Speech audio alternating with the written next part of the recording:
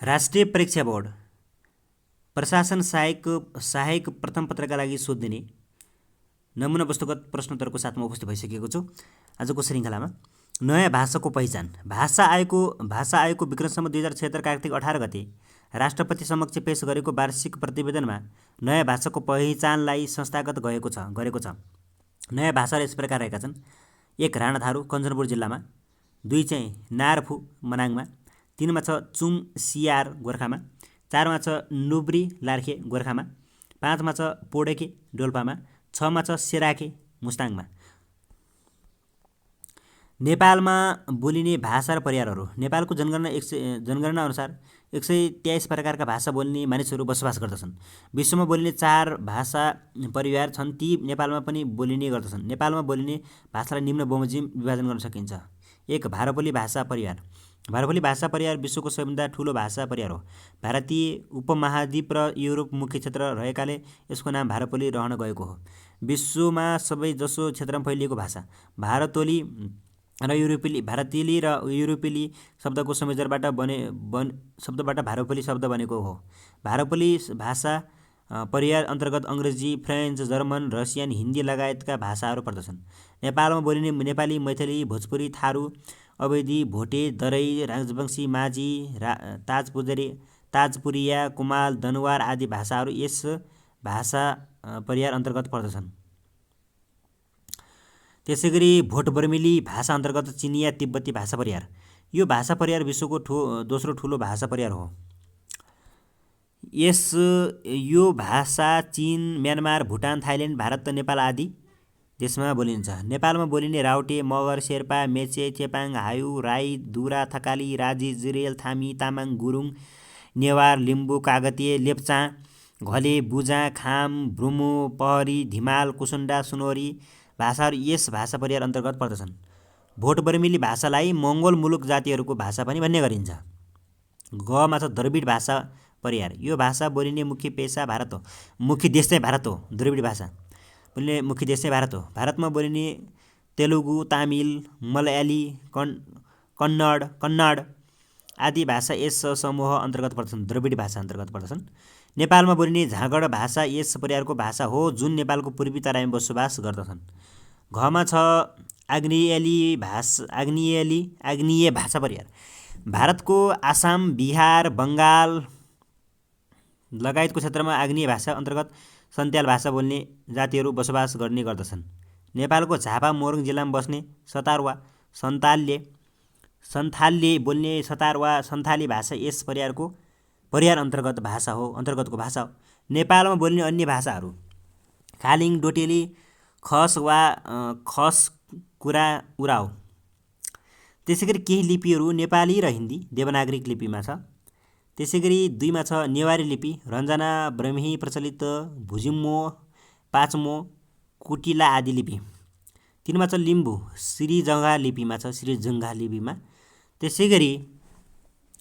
त्यसैगरी अर्को रहेको छ उर्दू चाहिँ अरबी लिपिमा हुन्छ। विश्वको पुरानो भाषा कुन हो? संस्कृत हो। नेपालको भाषा सम्बन्धी थप जानकारी। विश्वको पुरानो भाषा कुन हो? संस्कृत। नेपालको संविधानको कुन धारामा भाषा सम्बन्धी व्यवस्था गरेको छ? भाग 1 को धारा 6 र 7 मा गरेको छ भाषा सम्बन्धी। नेपाली भाषाको पहिलो ताम्रपत्र कुन हो? हुम्ला। जिल्लाको रेलिङ गुम्बामा सिंजाका खस राजा अशोक चल्लले विक्रमसम्वत 1312 मा लेखको ताम्रपत्रलाई मान्य गरिन्छ। राष्ट्रिय जनगणना 2068 अनुसार नेपालमा मातृभाषाको सङ्ख्या कति रहेको छ? 123। राष्ट्रिय जनगणना 2068 अनुसार नेपालमा सबैभन्दा कम बोलिने भाषा कुन हो? कुसुन्डा 28 जना मात्रै छन्। त्यसैगरी नेपाली भाषाको उद्गम स्थल कहाँ हो? सिंजा कर्णालीमा हो। त्यसैगरी नेपालमा नै प्रकाशित नेपाली भाषाको पहिलो पत्रिका कुन हो? सुधासागर विक्रमसम्वत 1950 मा भएको हो। नेपाली भाषाको भाषाशास्त्रीय अध्ययन गर्ने पहिलो विद्वान को हुन्? जोन बिम्स हुन्। नेपाली भाषालाई भारतको संविधानको कतिौं अनुसूचीमा राखिएको छ? 8औं। नेपाली भाषाको व्याकरण लेखनमा कलम चलाउने प्रथम विदेशी विद्वान को हुन्? जेएन एटन हुन्। गोरखापत्र संस्थानको स्थापना कहिले भएको हो? विक्रम सम्वत 1958 वैशाख 24 गते भएको हो। नेपालमा बोलिने प्रमुख भाषाहरू प्रतिशतमा नेपाली चाहिँ 44.6% छ। त्यसै गरी मैथिली चाहिँ 11.7% छ। भोजपुरी चाहिँ 6.0 छ। थारू चाहिँ 5.8 छ। तामाङ चाहिँ 5.1 छ। नेवारी चाहिँ 3.63 छ। मगर चाहिँ 3.2 छ। त्यसै गरी डोटेली चाहिँ 3 छ। बज्जिका चाहिँ 3 छ। उर्दू चाहिँ 2.6% छ। सरकारी कार्यालयमा साइन बोर्ड नेपाली भाषामा राख्ने निर्णय विक्रम सम्वत 2018 साल जेठ 19बाट भएको हो। विक्रम सम्वत 2018 वैशाख 30 गतेदेखि त्रिभुवन विश्वविद्यालयले नेपाली भाषालाई परीक्षाको माध्यम बनाएको हो। कला साहित्य, दर्शन, भाषा, धर्म आदि परम्पराको समष्टि नाम हो। त्यसै गरी कला 64 प्रकारका मानिन्छन्। ललित कला भन्नाले चित्रकार, मूर्तिकला र वस्तुकलालाई बुझिन्छ। घर, मन्दिर, पाटी, पवा आदि बनाउने कलालाई के भनिन्छ? वास्तुकला भनिन्छ। वास्तुकलालाई मुख्यतया छाने शैली, प्यागोडा, चैत्य शैली, विहार, शिखर शैली गरी 3वटा शैलीको प्रयोग हुने गर्दछ।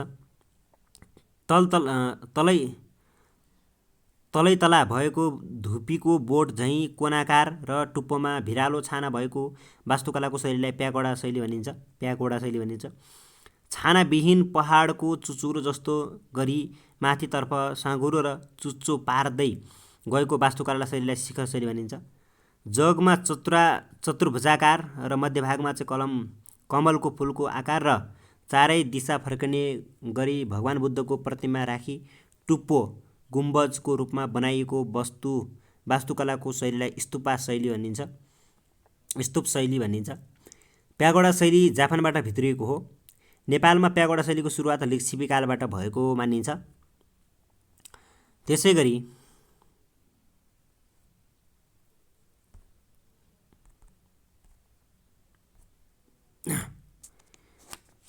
भारतका टिकमगढका राजा प्रताप सिंह र रानी वृषभानुकुमारीले विक्रम सम्वत 1895 निर्माण कार्य सुरु गरेर 12 वर्ष लगाएर बनाएको जनकपुरको जानकी मन्दिर मुगल शैलीमा बनेको हो। मुगल शैली र राजपूत शैली अर्थात् शिखर शैली र गुम्बा शैलीको विशिष्ट मिश्रित स्वरूप हो। धराराको निर्माण मुगल शैलीमा बनेको हो। त्यसै गरी पाटनको कृष्ण मन्दिर, महाबौद्ध मन्दिर र भक्तपुरको वात्सल्य मन्दिरको देवीको मन्दिर, शङ्खमुलको जगतनारायण मन्दिर शिखर शैलीमा बनेका हुन्। नेपालमा युरोपेली कलाको सूत्रपात गर्ने व्यक्ति को हुन्? भीमसेन थापा हुन्। त्यसै गरी भक्तपुरको दत्तात्रेय मन्दिर, तलेजु मन्दिर, कैलाशकूट भवन, मानगिरह, भद्राधिवास, पशुपतिनाथ मन्दिर प्यागोडा शैलीमा बनेका मन्दिर हुन्। बुद्धको अस्तित्वलाई सुन चाँदीले छोपेर स्मारकको रूपमा बुद्धकै भिक्षा माग्ने कचौरालाई घोप्ट्याएर राखी अर्धगोलाकार ढिस्कोमा बनाएको स्मारकलाई चैत्य शैली भनिन्छ। त्यसै गरी विश्वको सबैभन्दा पुरानो कलालाई के भनिन्छ? चित्रकला भनिन्छ। चित्रकलालाई 3 प्रकारले छुट्याउन सकिन्छ। ती हुन् ग्रन्थचित्र, भित्तिचित्र र पौभा-चित्र। पुस्तकको पाना वा गातामा लेखिएको चित्रलाई ग्रन्थचित्र भनिन्छ भने भित्तामा लेखिएको चित्रलाई भित्तिचित्र पनि भनिन्छ। त्यसै गरी कपडा वा कागजमा झुन्ड्याउन हुने गरी बनाइएको चित्रलाई पौभा-चित्र भनिन्छ। पौभा-चित्रलाई थाङ्का पनि भनिन्छ। त्यसै गरी माटोलाई तेलमा मुछेर विभिन्न किसिमका मूर्ति बनाउने प्रविधिलाई टेराकोटा भनिन्छ। नेपालमा ललित कला संस्थाको स्थापना कहिले भएको हो? विक्रम सम्वत 2022 सालमा भएको हो। नेपाली कलालाई अन्धकार युग भनी कुन युगलाई चिनिन्छ? राणाकालीन समयलाई चिनिन्छ। कुन काललाई नेपाली कला क्षेत्रको स्वर्ण युग भनिन्छ? मध्यकाललाई। जगन्नाथ मन्दिर कुन शैलीमा निर्माण भएको हो? राजपूत। त्यसै गरी राष्ट्रिय कला सङ्ग्रहालय र राष्ट्रिय काष्ठकला सङ्ग्रहालय कुन ठाउँमा रहेको छ? भक्तपुर दरबार क्षेत्र। पुरातात्विक सङ्ग्रहालय कहाँ रहेको छ? कपिलवस्तु। नेपालको सबभन्दा ठुलो काठको मन्दिर कुनलाई मानिन्छ?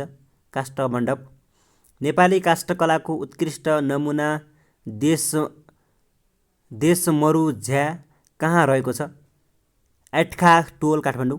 करिब 1500 वर्षअघि निर्मित मुस्ताङस्थित लोहनमन्थाङ दरबार कसले बनाउन लगाएका हुन्? राजा आम्पालले।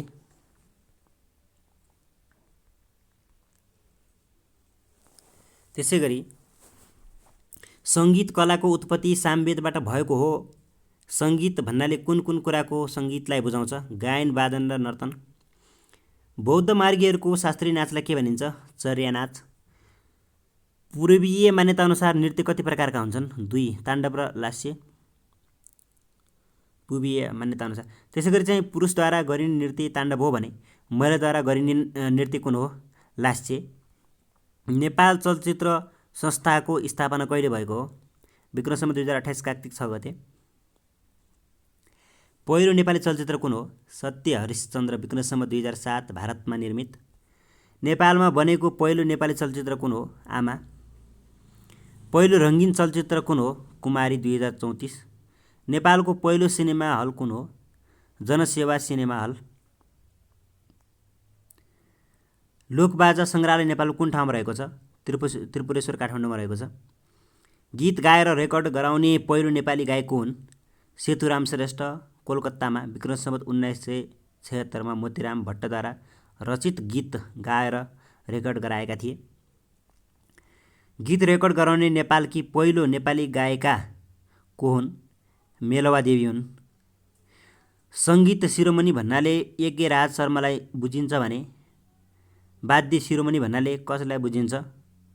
उस्ताज गणेशलाल। साहित्य। साहित्यको कथा, कविता, उपन्यास, निबन्ध, नाटक आदि सबैलाई समेट्छ। पूर्वीय विद्वान भामहका अनुसार शब्द र अर्थको सहभाव नै साहित्य हो। नेपाली साहित्यको सबैभन्दा पहिलो रचना केलाई मानिन्छ? त्यसैगरी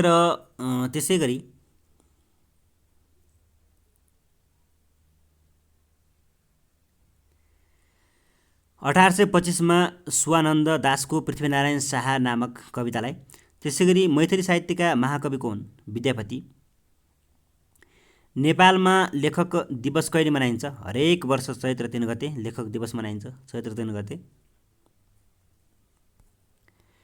केही साहित्यकारका उपनामहरू: अभि सुवेदी, अभिनारायण सुवेदी, मल्ल गोठाले, विजयबहादुर मल्ल, छिन्नलता, रमला देवी शाह। त्यसैगरी श्रीलोचन, लोकेन्द्र बहादुर चन्द, प्यासी, जय योन्जन, वेदव्यास, हेमाङ्ग दीक्षित, बन्धु, खेम कोइराला, रसिक, अच्छा बहादुर राई, जी शाह, ज्ञानेन्द्र शाह, सम्भव, डाक्टर दयाराम श्रेष्ठ, भूपिशेर्छन, भूपेन्द्रमान शेरचन। त्यसैगरी चाहिँ धर्मराज थापा, भुवनबहादुर थापा, सञ्जय थापा, प्रदीप नेपाल, लाटो सारथी, विष्णुराज आत्रेय, बिपी कोइराला, विश्वेश्वर प्रसाद कोइराला, भिक्षु, भवानी प्रसाद गुप्ता, स्वर किन्नरी, अरुणा लामा, पारिजात, विष्णुकुमारी वाइवा, प्रवासी, हरिभक्त कटुवाल, बैरागी काइँला, तिलविक्रम लेम्माङ, यात्री, बासु रिमाल, रमेश विकल, रामेश्वर प्रसाद चालिसे, चाँदनी शाह, ऐश्वर्या शाह, आहुति, विष्णुभक्त दुलाल, खेताला, फणीन्द्र राज भट्टराई, चट्र्याङ, कृष्ण मुहारी गौतम, सरल कवि, शान्ति नारायण श्रेष्ठ, मोमिला जोशी। नेपालका केही प्रमुख साहित्यकारका कृतिहरू: भानुभक्त आचार्य।